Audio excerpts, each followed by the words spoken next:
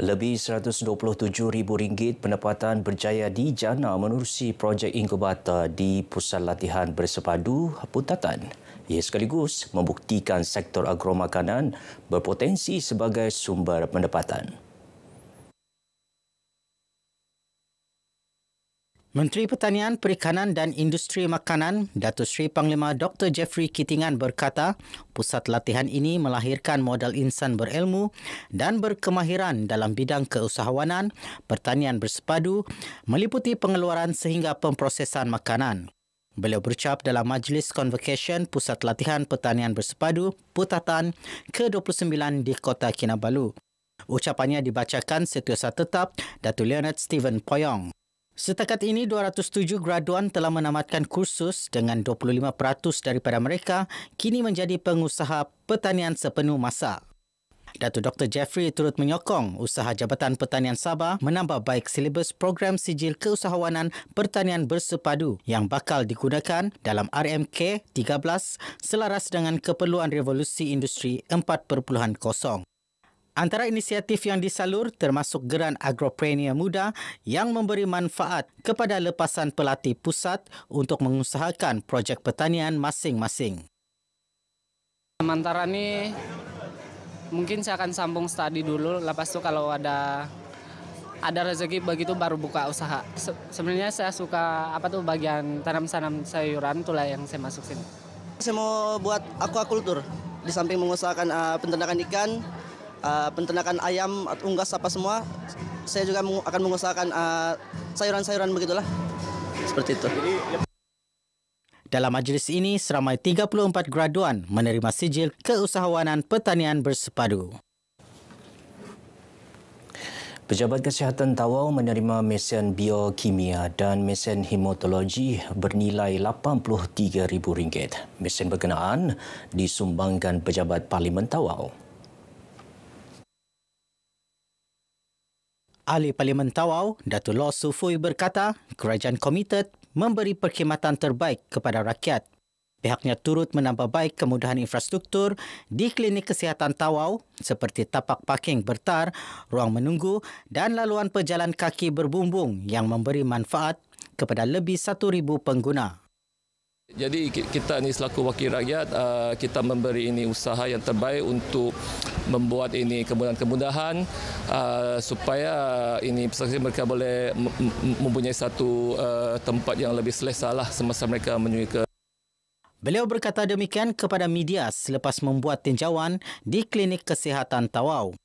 Sementara itu, Pegawai Kesihatan Kawasan Tawau, Dr. Syamir Han Sulaiman berkata, dengan adanya mesin hematologi baharu ini, masa menunggu keputusan ujian darah dapat dipendekkan kepada 2 hingga 3 jam kepada kira-kira 15 minit sahaja.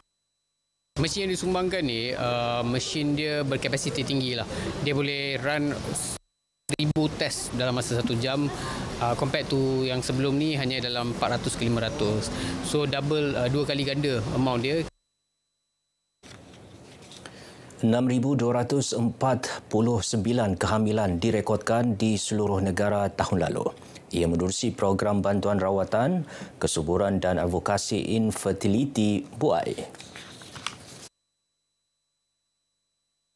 Yang di-Petua Mutiara GRS, Datin Sri Panglima Datuk Julius Salak berkata, program dikendalikan di klinik LPPKN telah merawat seramai 29,163 individu. Sehubungan itu, LPPKN sasar 30,000 pasangan bagi program BUAI. Beliau berkata demikian ketika merasmikan program Santuni Kasih dari Keluarga untuk Komuniti sempena pelancaran program BUAI peringkat negeri Sabah di Tuaran.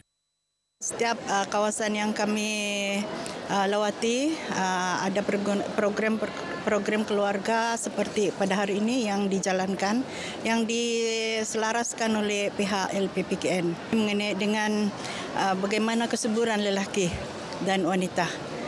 Dan selalunya acara itu diutamakan ceramah-ceramah kepada semua peserta yang ada dan juga ada pemeriksaan yang dikelolahkan oleh LPPKN. 600 peserta dari kawasan Sulaman, Pantai Dalit, Tamparuli dan Kiulu menyertai program ini. Hampir 2,000 umat Islam hadir mengimarahkan Majlis Ilmu Sempena Kembara Dakwah Tawau yang berlangsung di Masjid Al-Khawthar, Tawau.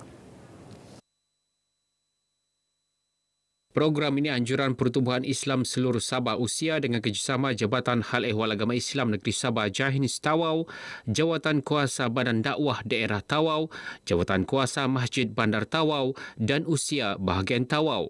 Program turut dihadiri Pembantu Menteri kepada Ketua Menteri Datuk Nizam Abu Bakar Titingan dan Yang di-Pertua Usia Datuk Sapawi Ahmad. Dua personaliti dakwah terkenal Datuk Kazim Ilyas dan Ustaz Nabil Ahmad mengisi program ini melalui kuliah subuh dan bicara duha yang mengupas kisah Rasulullah sallallahu alaihi wasallam. Program pelancongan berasaskan komuniti Keningau 2025 mampu meningkatkan pengetahuan dan kemahiran pemain industri pelancongan luar bandar yang menjadi platform kepada usahawan setempat berkongsi pengalaman dalam pengurusan produk pelancongan komuniti. Diharapkan agar engagement ini dapat memberikan mereka satu motivasi ataupun inspirasi agar mereka lagi gigi untuk memajukan pelancongan luar bandar dan pelancongan berasaskan komuniti. Pelancongan berasaskan komuniti seperti Tagal Komuniti Kampung Rantai Apin-Apin dan Bandukan Ekopark Keningau adalah contoh terbaik penduduk luar bandar boleh menjana pendapatan melalui eko pelancongan. Saya berbesar hati dengan kehadiran jabatan dan agensi kerajaan ke daerah Keningau supaya dapat membantu pemain-pemain industri kita di Keningau ini, khususnya peserta ataupun pengusaha produk community based tourism. Kita dapat banyak peluang untuk meningkatkan lagi kita punya tempat pelancongan di Keningau ini lah. Dan saya fikir ini boleh membantu kepada semua pengusaha pelancongan di daerah Keningau, Sok. Produk-produk pelancongan seperti yang saya usahakan ialah Bukit Trik. So kita menyediakan satu hiking place untuk peminat hiking. Kemudian di Bukit Trik juga kita boleh memperkenalkan produk kraf tangan dalai untuk pengunjung-pengunjung. Persiapan Sukan Sabah Saga yang dijadual berlangsung pada 11 hingga 17 Oktober depan berjalan lancar. Ia telah bermula sejak 6 bulan lalu. Begitu juga dengan jurulatih kita, ya. Mereka juga telah kita siapkan dengan banyak kebolehan-kebolehan yang lain, ya. Seperti sains sukan, dan psikologi semua. Semuanya itu merangkumi untuk kita mempersiapkan atlet kita menjadi satu atlet bukan saja jago kebangsaan, tetapi satu masa nanti jago Olimpik. Beliau berkata demikian kepada pemberita RTM selepas menjadi tetamu di Konti Sabah FM. Edisi kali ini menyaksikan penambahan daerah penuh, Suk dan Paitan sekaligus menjadikan keseluruhannya 30 daerah yang akan menghantar wakil masing-masing. Dato' Elron berharap Saga 2025 dapat mengulangi pencapaian cemerlang seperti kejayaan Sabah dalam olahraga baru-baru ini selain meningkatkan prestasi berbanding tahun-tahun sebelumnya. Saga 2025 di Tawau bakal dirasmikan Ketua Menteri Datuk Seri Panglima Haji Jin Nor. Baik saudara, paparan itu tadi mengakhiri Berita Pagi Sabah kali ini. Menyusul selepas ini Berita Pagi Sarawak bersama Lydia Yusrina di Kuching, Sarawak. Malaysia Madani, rakyat disantuni.